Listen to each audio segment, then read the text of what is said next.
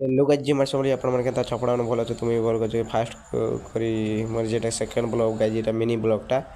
welcome कर मुंबई रोका ये पार फाइनाली बाहर के बाहरी गलु मुंबई पहुँची सारी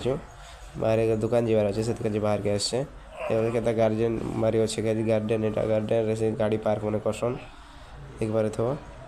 फाइनाली तल के जीवार अच्छे यहाँ देख पारे थे भाई केता सजा ही गाड़ी मन रखवा लगे भी रास्ता भी अच्छे यहाँ सब लोग जाना आना कर पार्क फार्क सब अच्छे इे फाइनाली गेट बाहर के बाहरी गल ना जेनटा कि मार्केट जीवार अच्छे ना से नास्ता फास्ता करवार अच्छे देख पारे थे गेट बाहर के आसलु ना अरे बर्तन बासन कि जावा बाहरी गलु राति है ना राति जो खाना बनाबार अच्छे से बर्तन किणवार पड़वा गई राशन फासन लगे से जीवार पड़ुचे ए दुकान खोजी खोजी पड़े दुकान तो आम देखला नहीं से दुकान दुकान पचरे पचरे बुलूँ दुकान पचरे पचरे बुला मिलगला एक दुकान भाई से दुकान बर्तन बार्तन घिनिकर आम जीवार अच्छे खाना बनावा लगी से टोफी लगू किणुचे यार मुझे खाड़ा कर देखुचे यार दुईटा बाहर अच्छन यहाँ लेडीज मैंने भी सामान पत्र किणुचत गाइज गोटा सरीगलाने